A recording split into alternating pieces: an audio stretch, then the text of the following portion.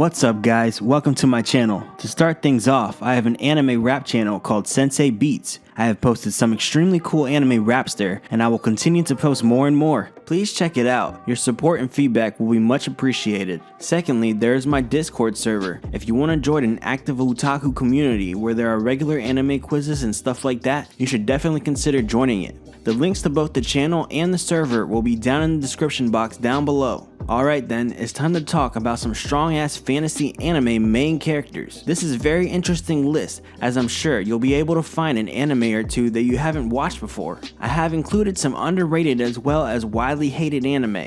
Well then, shall we begin? The first one on our list is 𝐜𝐡𝐚𝐧𝐧𝐞𝐥. As an anime with devastatingly adorable characters, 𝐜𝐡𝐚𝐧𝐧𝐞𝐥 is indeed an interesting one. In the year 3015, two countries are at war with each other, but the world around them is facing severe consequences because of it. There is a small island named 𝐒𝐡𝐚𝐧𝐧𝐞𝐥 that suffered a lot because of the war. The situation gets so bad that there's even a dragon going on a rampage and killing everyone in sight. In the middle of all this mess is the main character Ibuki. He is supposed to take on the role of a king, but he refuses to do so. He is done with all this war and suffering, and all he really wants is for things to get peaceful again. But you know how this is. The main character's got to do what a main character does. He ends up having to go through it all. Next up, we have 𝐒𝐡𝐚𝐧𝐧𝐞𝐥.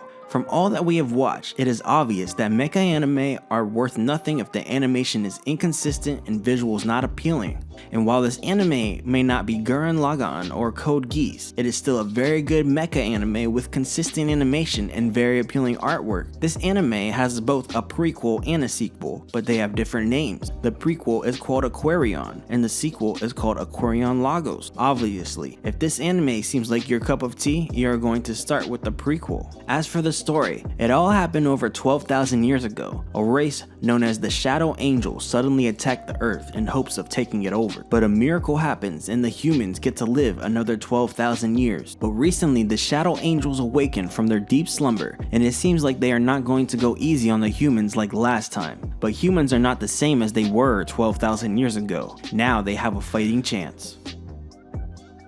Next up, we have 𝐜𝐡𝐚𝐧𝐽𝐻𝐻𝐿 no Cabaneri. Some call it an Attack on Titan ripoff, but we know that this anime is not anyone's ripoff. I mean, the difference is obvious. Attack on Titan has Titans, while Cabaneri of the Iron Fortress have Cabans. So how come is it an Attack on Titan ripoff? Sorry, that was stupid. Anyways, the plot of this anime is very simple. Now there are these zombie-like creatures that are called Cabans, and if you end up encountering one of them, there's a good chance that you'll become one. The main character, 𝐒𝐡𝐚𝐧𝐽𝐻, always had a grave hatred for these Cabans. He built a deadly weapon to kill all these Cabans. Little does he know that he himself is going to become one of them. But would that be a blessing or a curse? As the form he will be taking is half human and half Caban. In other words, he will become a Cabaneri.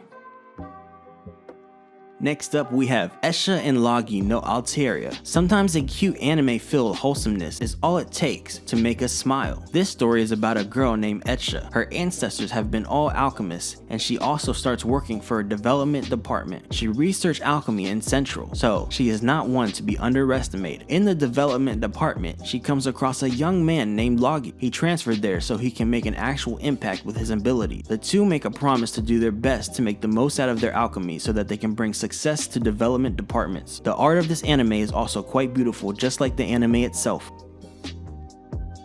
Next up, we have 𝐒𝐡𝐚 no Blacksmith. The four nations who were at each other's throats suddenly decided to make a peace and stop the everlasting war. Once and for all, it all happened 40 years ago. They all made a signing contract with the demon illegal. It was all to ensure peace and prosperity. Now there is a girl named Cecily Campbell. She wants to protect the people, and to that, she wields the sword that was inherited from her father. And her first deed comes sooner than later. There is a swordsman who is threatening people with a sword, but it's okay because Cecily is there to save the day. But before doing anything, she gets overpowered by that swordsman, and even her sword doesn't make it out in one piece. Fortunately, a skilled swordsman was nearby who actually saved the day. Later, Cecily tried to find a blacksmith who could fix her sword, and coincidentally, she just so happens to find the guy who saved her that day. Now next on our list is BlazBlue After Memory.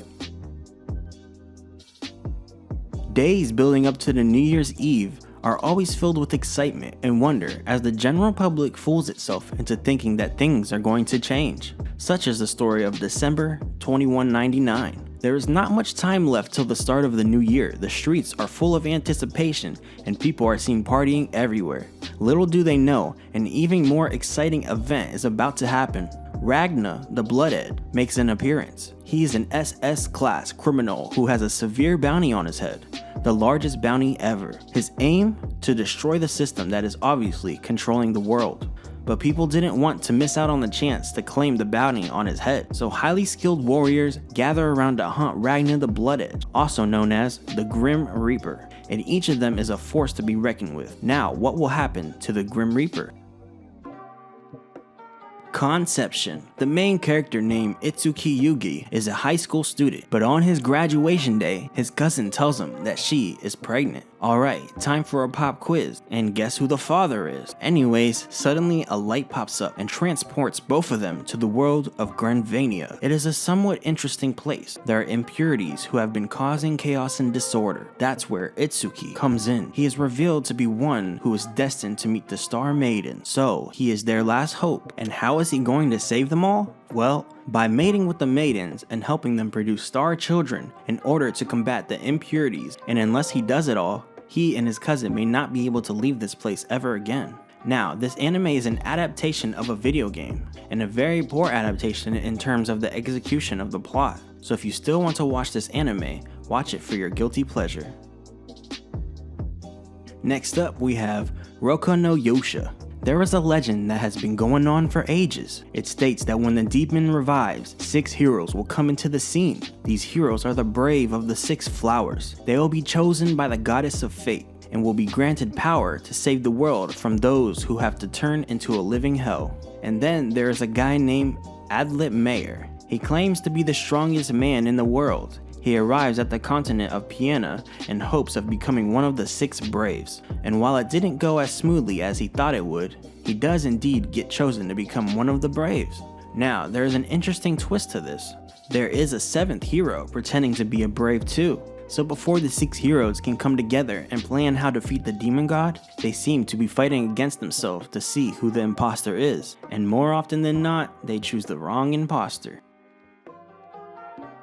Next up, we have 𝐒𝐻𝐚 no Kanata, as a series animated by Kyoto Animation. This one is another work of art. There is a cute girl named Mira Kuriyama. She is a sole survivor of one of the Spirit World warrior clans, and she has the power to use her blood as weapon. That's why she is given the task of hunting Yoma. These are the creatures that manifest themselves from the negative human emotions. But then, one day, she comes across Akihito Kanbara on a school's rooftop. He is a half-human, half-Yuma.